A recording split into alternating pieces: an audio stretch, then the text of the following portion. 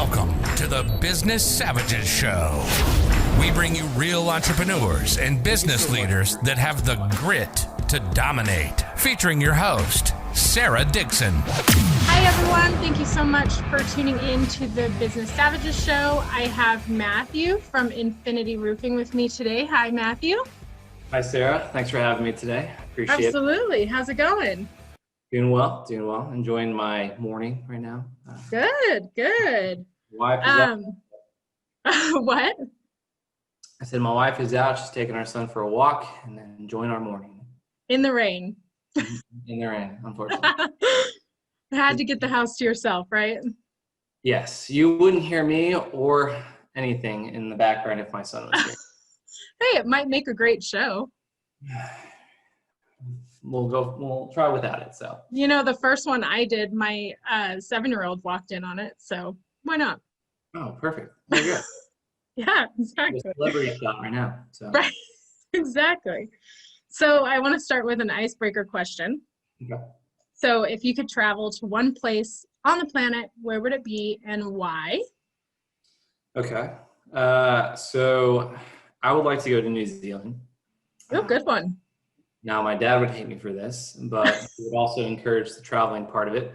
My dad's Australian. He's from Sydney, Australia. He's from New South Wales. I've been to Australia twice in my life, but I've never been to New Zealand. And it's somewhat similar, people would say, but there's a difference of culture, scenery for sure, scenery. So if you're a huge fan of Lord of the Rings, Oh, I was just going to say that.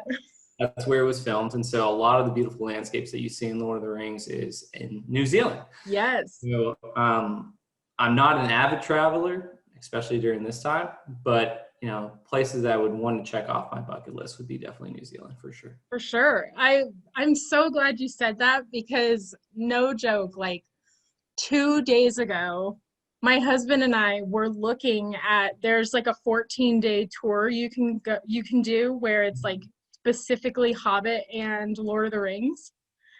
That'd be awesome. And they take you to the little Hobbit town, and then they take you to all the like set places and stuff, and then take you around New Zealand, and it looks so freaking cool. Gosh.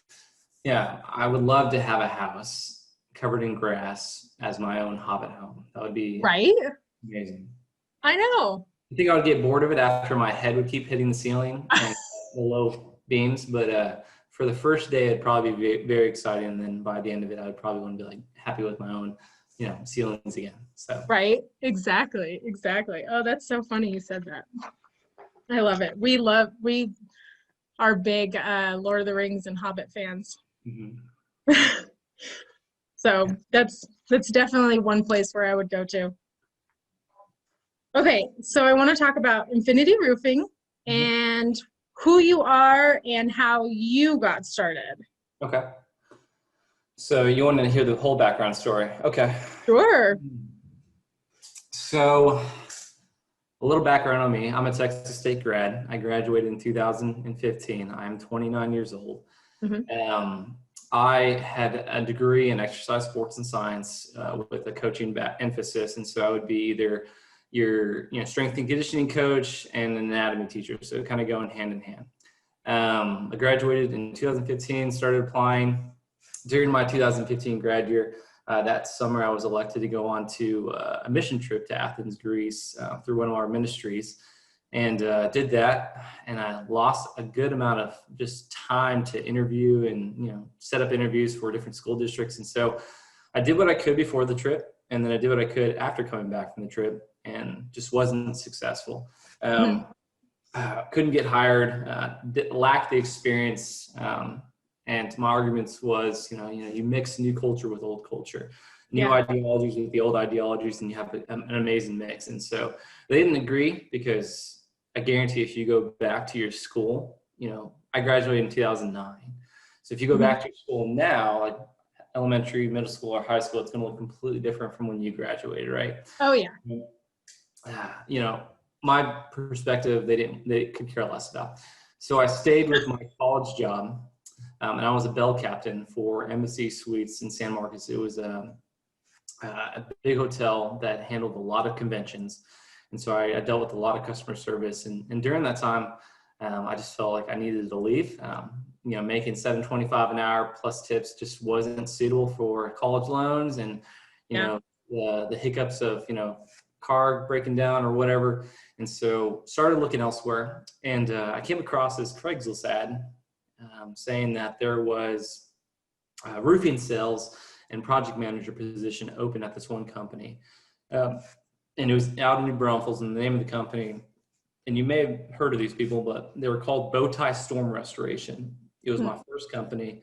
And I thought, well, it promised me, it said, if you can get 5 contingencies, sign 5 people up, then you would get $300 a week guaranteed. And then you would make, on top of that, 4% of the gross. And so at that time, I calculated, just kind of did my own research, calculated what the average cost of a commission would be for a roofing salesman. And I thought this was an ideal plan moving forward. So I told my prior company, told them I was leaving, went to do the interview, got hired on the spot. They loved me. And for the next 6 months, for the first month, learned a lot, had a lot of human error, trial and error with learning the system, the pitches, all that kind of stuff. But after the first month, from month 2 to month 6, I became their top selling grossing salesman. Wow. And so for months 2 to 6, I was their top salesman. I was actually a sales manager at that time after the 2nd month, and I was leading my own team. Little did I know that this company, and again, I hear this a lot, but being that this was my first company, I was very much new to the industry, still learning the ropes and still learning everything. There's a lot of crooked people out there, right? And so what had happened was every person that I was signing up, I was getting feedback from my company back at the office, telling them to say, hey, we're X amount of months, not weeks, not days, but months out. And so again, to me, that felt a little strange given even the busyness, because this storm had took place in 2016. It was that huge hailstorm that hit San Antonio, all the metroplex, the north, south, east, and west, huge storm, billions of dollars in damage, a record storm for San Antonio. And I knew the magnitude of damage. I knew the magnitude that had happened to the city, but I didn't realize that it took months out. And I was meeting other people on the streets because that company was primarily a door knocking company, a canvassing company. And so I was meeting my competitors out in the street, and I would just pull them aside and ask them questions and said, hey guys, how far out are y'all? And they would say, oh man, we're about 7 days, 9 days out. I'm like, you're kidding me.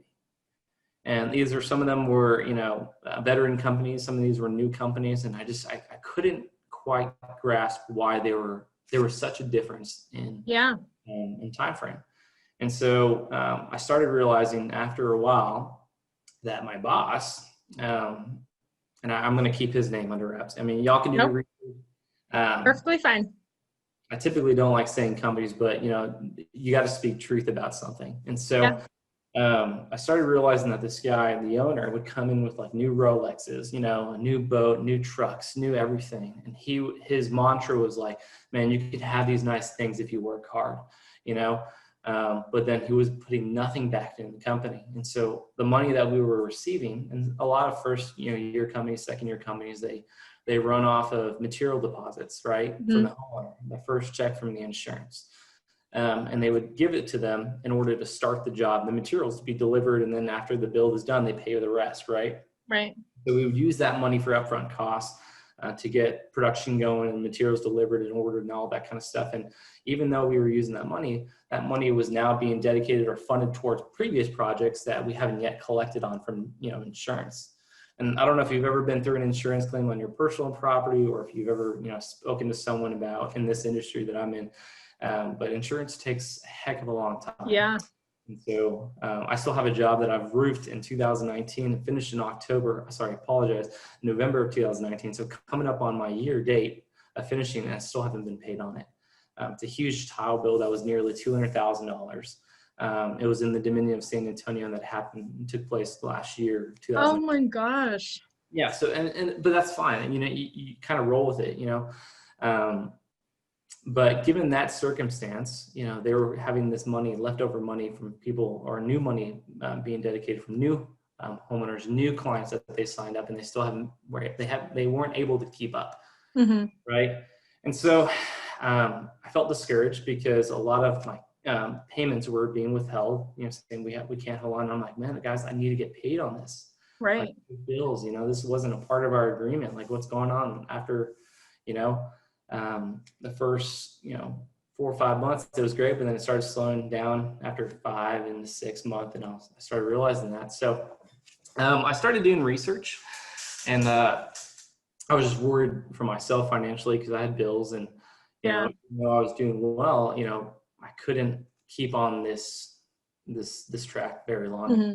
progress on this track very long if I knew that it was going to keep happening this way. And so I started doing my research for a new company, and I looked up a plethora of different companies from San Antonio to Austin to Dallas. I emailed nearly 30, maybe 35 companies with my personal resume, teaching, and then adding on to a new resume from what I've done so far with this roofing Mm-hmm. company. So even though I have small or little experience, I still have good experience from the time that I've been with them as a 1099 contractor. So I've proven my worth so far.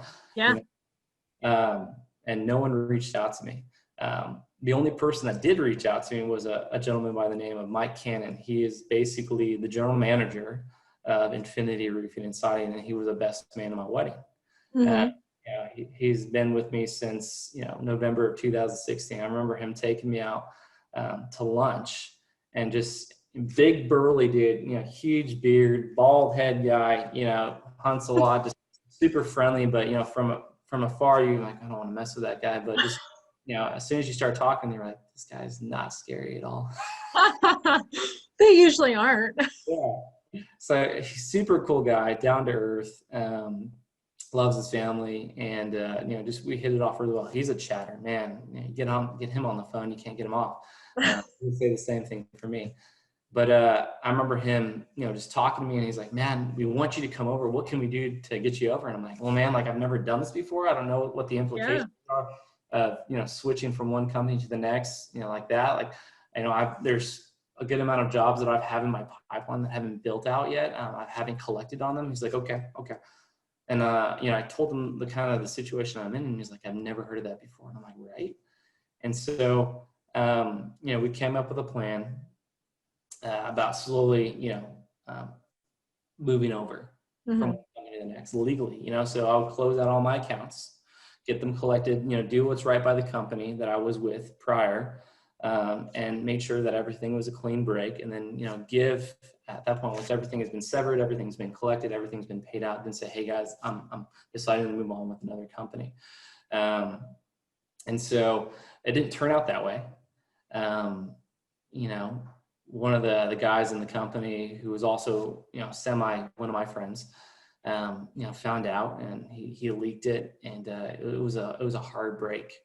I had lost and had a forfeit, I think almost nearly $7,000 in commission. And that was a good amount of houses. That was probably like 3 or 4 houses. Again, I was going off the gross and not what a normal pay structure is for roofing companies. So I didn't know any better, but a lot of money to me back then. And so I cut my losses, and I said, well, okay. And then, a month later, this company went under. They forfeited, and they went bankrupt. They found out a bunch of, I think to this day, I think there's still 100+ people that haven't been roofed by this company, and they were scammed by it. Oh my gosh, that's crazy. It was terrible. And so, I had to make a lot of phone calls to them and just said, hey guys, I'm so sorry. And, I wasn't part of this, and I had no idea, but, cause they loved me, right? You were the face of your own company. Yeah. Company, right? And so you do right by the customers. And so I was honest with them about what was happening. But they still very much betrayed by me. Some of them understood, some of them didn't. Yeah. So I started with this company with Infinity back in 2016, November 2016, and I've been with them ever since. An amazing company. I think they maybe have about 50 people employed in their corporate office, which is in Houston, as their office. And then there's probably over 200+, maybe 300+ sales reps all across the nation. We're not in every state, but we're in a good majority of them, probably about 30. Mm-hmm. And, Infinity is an amazing company, so they've been like their family for me. They've supported me and my wife. Mike, like I said, he was in my wedding room. He was in my wedding party.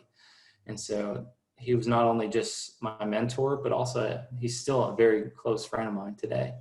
And so, I try to chat with him at least once a week, and, he's super busy because not only has he trained me, but he's trained probably 75 plus sales reps in the company that they're still working today. So he's a very busy guy, but Infinity has been home for me since 2016. So that is kind of like my experience so far with Infinity, moving from one company and learning the mistakes very early on, thank God.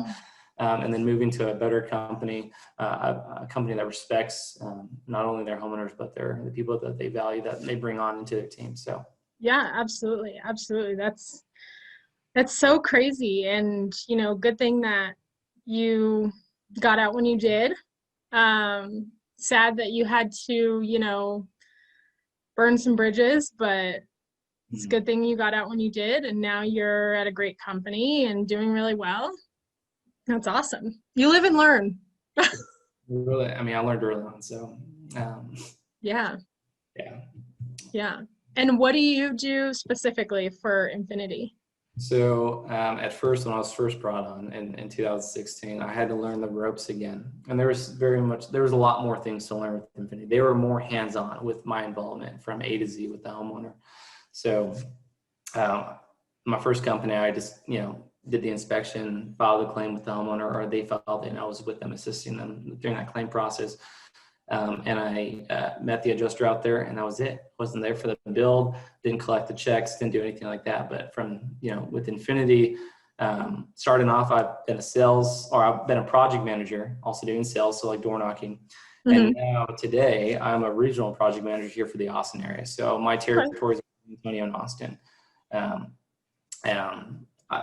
I can travel anywhere, but I've decided to elect to stay here because, one, family, and two, Texas, Austin specifically, well, not Austin, but San Antonio specifically, and northern cities around Austin experience hailstorms yearly. Right. So, there's enough damage here, to work. Yeah. Instead of traveling. I would like to travel, but money is great, but I value time with my family more. So. Oh, absolutely. So other people have different mentalities, and they want to, make bukus of money. But I'm happy with where I'm at, with what I'm doing. So. Yeah, and you have a little baby. Yep. Oh, a 10-month-old. That's hard to leave. Yeah, don't want to leave. Hard to leave. Mine are 12 and 7 now, so I'm like, Mommy, peace out. Spot. Okay, cool. Dad, you got it? Awesome. Yeah, I'll be gone for a month. I wish. Yeah. My wife, man, she is, and I'm going to say this honestly and truthfully, but she is the real MVP of this family. Like, yes, I'm out working, but I would say my job is easy because I like what I do. I'm good at what I do. But for her, taking care of Liam is not an easy thing. He's a very needy baby, but that's what makes him great, He's a baby that loves his cuddles, loves being held, loves being interacted with. And, we're new time parents. So maybe that could change with the second kid. Hopefully not, but like I hear he does. But, we spoil the crap out of Liam, and rightfully so, because he's an amazing baby. So. Yeah. And, it doesn't change. I have a daughter and a son, and they're two completely different people. Yeah. My son is very needy. He's very emotional. He's so loving, but he also has, he's a boy. He has that boy side. But I think with younger boys, they're so attached. They're very, very emotional. They're very needy. As with girls, they're a little bit more independent, and then grow up to be a little bit more needy. Well, my mom would say I was very much a mama's boy. Yeah. I was the only, and I have a twin, an older brother, and an older sister, and I think I'm the only one that enjoyed Hallmark movies up until I was like 12 or 13, 14. Mom was like, "You want to watch a Hallmark movie?" I'm like, "Yeah, let's go. Yeah, duh. Let's do it." Right. Oh my gosh. Yeah, that's my 7-year-old right there. Yeah. So Yeah. I think it's a boy thing. It's definitely a boy thing. definitely, yeah. Definitely That's mom, awesome. but That's he's awesome. also, becoming a daddy's boy as well. So Yeah. Yeah, for sure. For sure. So for Infinity, do you have like a big team under you, or do you get to see customers on a daily basis, or like kind of what's your daily? yeah, so Infinity's business model is different from other construction companies, other restoration companies, and Hmm. as for like, we're not the retail side. We do retail, but our bread and butter is storm damage restoration. So a lot of it involves insurance claims, and so yes, I do have a team under me, and it has been very new since last year. I had a small team under me last year in Hmm. 2019, and this team in 2020 has grown immensely. Um, and Infinity elects certain people project managers that they feel like is that represents their model, their who they are to the core, and they raise those people to be leaders to grow a team. Because if Yeah. you replicate something that is not as good, if you're um, not a good person, but if what you believe in, you take actions that are shortcuts, or you don't believe in what you're doing, or if you don't enjoy what you're doing, you're going to replicate that same attitude, that mindset into someone else. And so Right. they try to replicate people that best fit the atmosphere, the team, the culture, the purpose of Infinity all together in one person. Hmm. Spread it out. And so my team is a small team. I think it's big because it's a lot to handle. But I have about 10 people under me. Hmm. People that are eager to learn. People, and these are all contractors, right? So Yeah. Infinity, we're not W-2. Again, we're people who are contractors, 1099. So the benefit of having these guys is that, man, they can enjoy what they're doing, and then also they can do Infinity whenever they want. And so we don't hold them to certain numbers. I don't hold them to how many door knocks they do per day, how many Yeah. calls they make. But, I'm like, hey, guys, if you want to be successful, how much work you need to be put in. It is a numbers game. So how many calls, how many phone calls you make, how many doors you knock. So if you're not having bloody knuckles by the end of the day, how much work are you really putting in? Hopefully you don't get to that point. Pay off the knocking. Maybe we're Right. even at the door. But yes, the team is growing, and I facilitate and I help them with their closes, their introductions, they're developing their pitches, learning the insurance process, their scopes, how to read an insurance scope, how to explain it to an insurance scope. Because to us, when I first started this, if you've ever read an insurance scope, it looks like just a foreign language to you. Yeah. All these different acronyms that have all these different meanings, and people nowadays they think that their roof is worth something, then the insurance cuts them a check, and they're like, "What happened?" And I'm like, "Well, there's a reason why you've only received a portion of your check up front." And so you got to explain this process to them. So and you got to walk, hold their hand through it in a good way, and educate them. My purpose when I meet with homeowners is not to try to sell someone. It's not trying to have a hard sell or an easy sell. It's meant to educate them. So Yeah. from the beginning, I'm very open and honest with people. I'm very transparent. I say, hey guys, this is my position with Infinity. I would like to be your elected contractor. This is what I'm going to do throughout the process. So I like to lay expectation. Yeah, absolutely. A to Z, so that if something does go wrong, they're like, well, Matt did talk about that. So there's some knowledge, from prior conversation that they had with me that, if it ever goes that route, then they will understand. Yeah. And that usually brings a lot of people a lot of comfort. A Mhm. lot of people nowadays want to be kind of spoon-fed in a way Yes. where, like they want to feel like they're being taken care of. Yeah, absolutely. If I knock on your door and I'm like, hey guys, like I'm here to do an inspection. I don't really know what I'm looking for, but can I hop on your roof? And you're like, no. So it's like you have that confidence. Yeah. You're not cocky, but you have that confidence of knowing what you need to do and how to help people out. But also at that same time, you know what your intention is when knocking on the door. You know how to lay the expectation. You know your steps from 1 to 10 and how you're going to get this roof bought. And not every roof gets bought. And again, you're honest with people at that time. If it's on the fence, you tell them. But if they're willing to explore that avenue, then we do it. But you have to remind me of the question again. Again, I'm a talker, so I have to be. No, I just wanted to see, if you had a team under you, how many people and, your kind of like daily role. So would that be, you going to houses, knocking on people's doors, looking at the roof and automatically seeing that something is wrong and maybe giving them advice on what they can do? Or is it you already have like a set lead, or the company, how they operate is that with Infinity, so we work out of storm damaged areas. So hail swaths, wind swaths that represent a high percentage of damage that could have been dealt with in that area.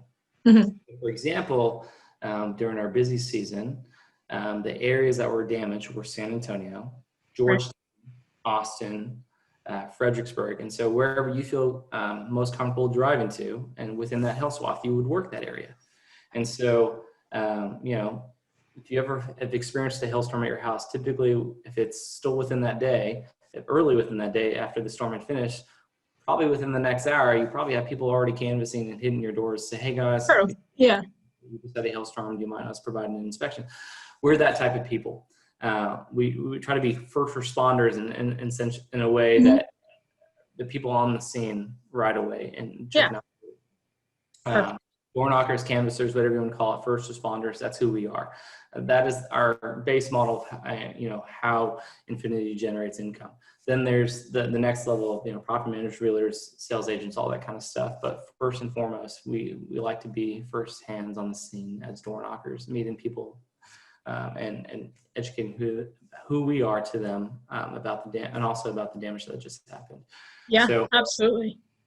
Yeah, we like to meet people. My daily responsibilities with these guys would be following up with them, weekly, how to encourage them, what they're knocking, what are some things that, what rebuttals are they experiencing with some of the people that they're door knocking with? Like, Matt, I had this question, I didn't know how to answer it. Can you give me some advice?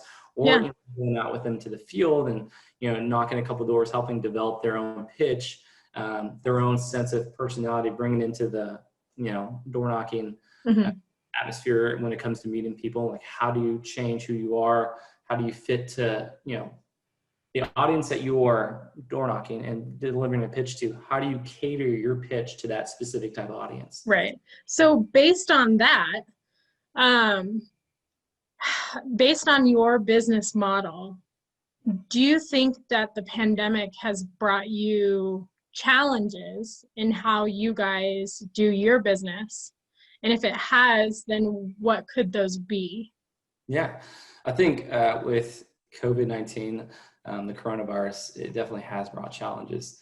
The challenges are, being that we are a company that predominantly works off door knocking and storm damage restoration claims, being the first responders on the scene, meeting people up front, it did hinder it, I think, for a while. Yeah. I think, in the beginning, when there was uncertainty to this virus, and there still is uncertainty because the answers, things are always changing every day. But I think in the beginning, there was a high uncertainty about, how transference happened with this virus. And so with Infinity, the things that the steps that we had to take in place are a prevention plan, what do you refer to as the no contact, no contact meeting with the homeowner. Masks were always something that we had to do. A lot of our guys who have drone inspections, they did drone inspections, or door knocking, staying 6 feet away, whatever the CDC requires, and then just speaking from a distance and then educating the people while we're out there. So for us, when COVID-19 did happen, yes, it was difficult, but it wasn't, I would say it was hard. There was fear there at first, uncertainty, but it overcame rather quickly. Yeah. Because if you think about it, our job is not, not inside. It's on the Right. road, so Yeah, that's what I was gonna say is there's a low risk when we're doing our job. So if you have a phone, nowadays the beauty of transferring photos, via text message or AirDrop, doing Zoom. doing a drone inspection. I can be inside my car flying my drone, knocking the door, being on their grass while they're at the front doorstep. So no contact is achievable at this point. And so with us, specifically in this industry, door knocking and storm damage industry, it affected us because not so much from the perspective of actually door knocking, but more from perspective financially. So people were either cut from their jobs, they were staying at home, which were better for us because, the ratio, you as a canvasser, as a veteran canvasser, you had ideal times throughout the day of when homeowners would be home, right? Right. So you have in the morning from those retired veteran military people, then you have the working class after 5 o'clock, or you had your stay-at-home dads, stay-at-home moms who in the morning. So you had to pick out what time you really wanted to knock, and then figure out what demographic that reflected in what neighborhoods. Yeah. So you had to do some research, obviously, about when you would go out canvassing. Going out at any time knocking the neighborhood is great, but there's no point of doing that if there's no damage there, and the demographic that you're working with is not going to be present. Again, you had to do some research. So your knock and answer rate went up for COVID. Yeah, it was great. I mean, some people, they would answer the door behind the window and they'd be like, "What do you want?" And so you just educate them. And then some people like, I have in the beginning, I had to tell homeowners so many times, "Hey guys, like I have a kid," and they would come up to me. And I'm sorry, but I want to keep that distance, like out of respect. I'm here to do an inspection. This is what happened. And then, so, I mean, sometimes I had to tell people to get away from me or to keep a safe distance. And so it's just funny, I would say the younger population, like, the millennials, Gen Z around our age group, they're more cautious. And then the older generation, even though they were more susceptible, I think they've gone through enough, pandemics or, issues throughout their life that they're just whatever. So like, I've gone through this, I've gone through this, Yeah. Another one of those. What's another? A slight reminder, guys, a little respect. Thank you so much. This is why I'm here, Matthew. Yeah. You just need to tape like a yardstick on you or something. Yeah. You'd be like, here, or you don't get your inspection. Oh my gosh, that's so funny. So it looks like Infinity Roofing has a great track record, awards, reviews, and your portfolio. So what makes you different from the competitor? Huh? Oh, what makes you different from the competitor, and what would you tell potential customers to get them to choose you? Okay. So a lot of companies out there, they probably have their own accolades, their own awards. I guess that's the easy part, right? So, you can be in business for as long as you can, and you get these awards, you get these accolades, and you're like, well, this company has that same thing. So what's the real difference? So for us, like the real difference is, I guess, the experience. So for me, my background, I have an insurance adjuster background. So I've been a licensed adjuster since 2017. It's gone inactive since then. But I've done claims on that side. So I've seen both sides of the field, right? And so I've handled customer service from a claim standpoint, and I've handled customer service from a contractor standpoint. So I've seen it all. I've seen what insurance companies do. I've seen what contractors do. And so again, like what I mentioned earlier, people like to be spoon-fed. And so we want to be attentive towards people's needs. And so we're not just trying to make a sale, right? So homeowners, especially now in this time with COVID, being laid off and having limited funds, my vision for homeowners is not like just to try to get their roof replaced, even though that is an obvious damage. My purpose for them is to save as much money as they can. Right. So, when this hailstorm happened or windstorm happened, other things were damaged outside of the roof. So I'll say competitors, but other competitors like to have low hanging fruit, the most obvious thing that you can go for, and that's it, right? Mm-hmm. With no regard to how the homeowner is going to achieve going through this roof replacement, or how they're going to pay for it. So for me, it's like I don't look at people as dollar signs. I look at people who have actually needs. It's like, hey man, you have 2 kids. Your husband just lost his job. You're a stay-at-home mom. What can I do to make your life easier, even though you've just gone through this hailstorm? So yes, your roof is damaged, but what can I do personally, from a person from Infinity, to suit and better, help your needs at this point? Mm-hmm. And so, I try to figure out ways which would do that. And so getting things paid for outside of just the roof to help offset some of that deductible, right? Which is illegal, right? Waiving the deductible completely, 100% illegal. So many companies do that, and Texas Department of Insurance finds that out later on in life. It's in the beginning or later down the road.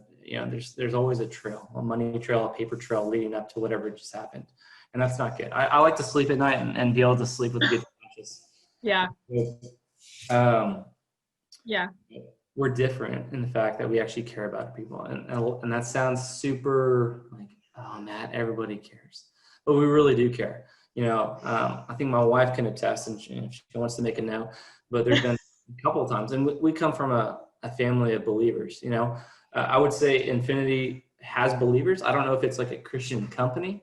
Not to say there's nothing wrong with not being a Christian company or some being a Christian company, but there's a lot of people individually, like for me, and I can only speak for myself, who have a faith background. And so, when I meet with people, again, like I see you as a person, not you as absolutely. Right. And so I have genuine conversations. I like to hang out with people. And to note on that, that's what I think, in my opinion, is one of the most important things in business is people don't buy products or buy things, they buy people.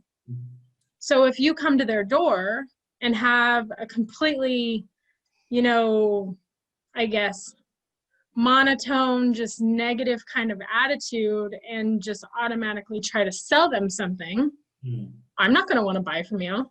Yeah. But if you truly come from a place of serving and showing up for me as something that, would make my life better in a positive way, then absolutely, then I can trust you a lot more.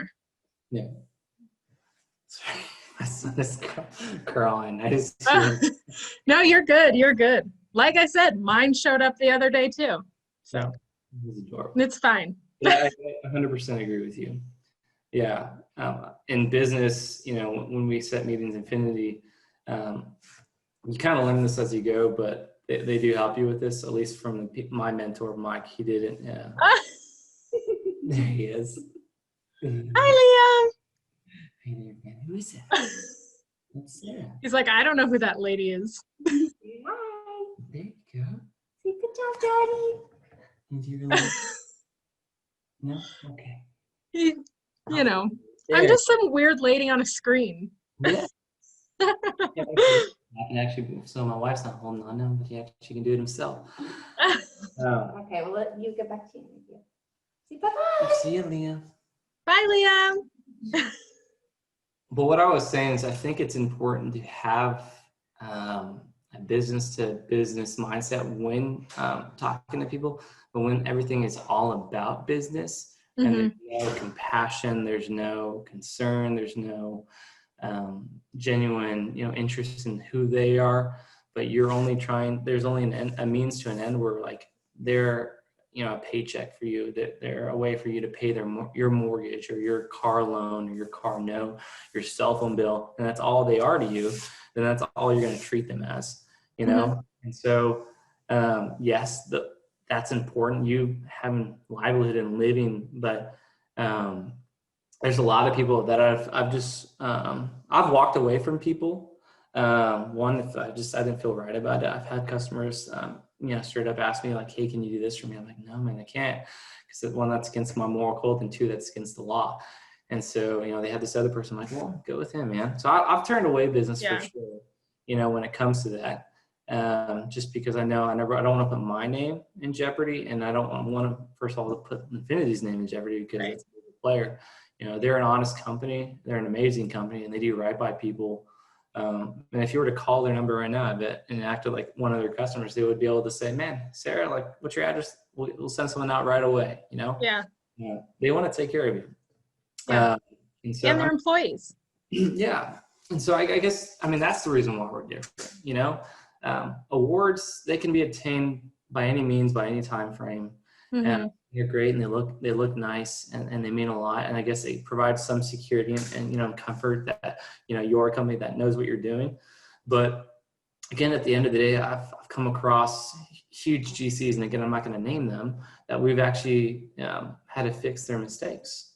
Right. You know, they've called us after a while, like, "Hey man, this company," you know, for one thing, I preach, when we do roof replacements, you know, just one simple thing I mention all the time, but like, you know, taking off an underlayment on the sheathing, something that you can see.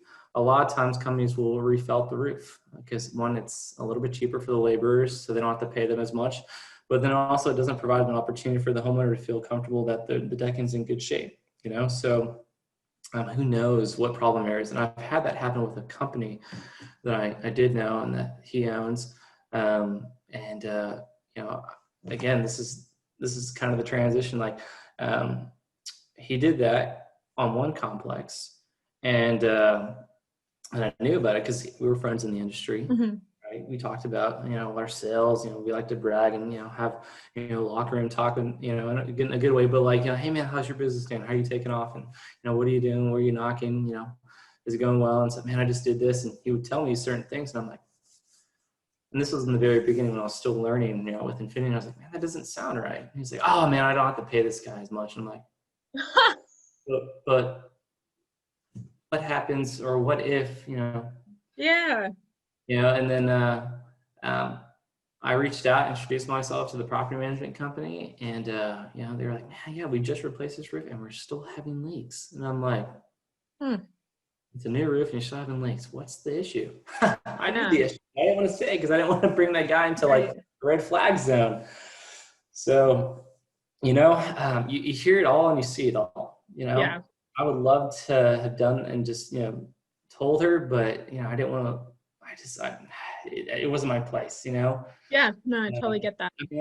I definitely think that's what separates us. You know, we don't like to cut corners at all. You know, if it means taking a little bit longer and doing the job right, and that you feel comfortable with the job in the end, and it costs us more money, not you more money, but us more money, then, but there's that security and comfort, you know, in the end, that you do their job the right way. So yes, I think that's the reason why I think people would want to go with us rather than other people. Perfect. I totally agree with that. And, you know, big on building relationships with who you work for. You know, I mean, it's like I said, if you just walked up to my door and, you know, were just trying to sell me a new roof without building some sort of relationship with me first, I wouldn't buy from you.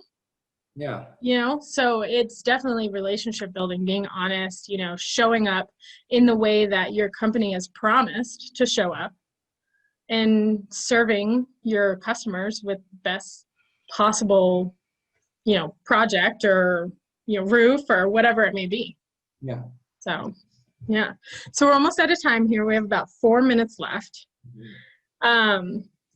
So before we close, what advice can you give others just starting out that are aspiring to build a company in the roofing industry? It could be like 2 big things or one big, you better be honest or you're never going to get any work.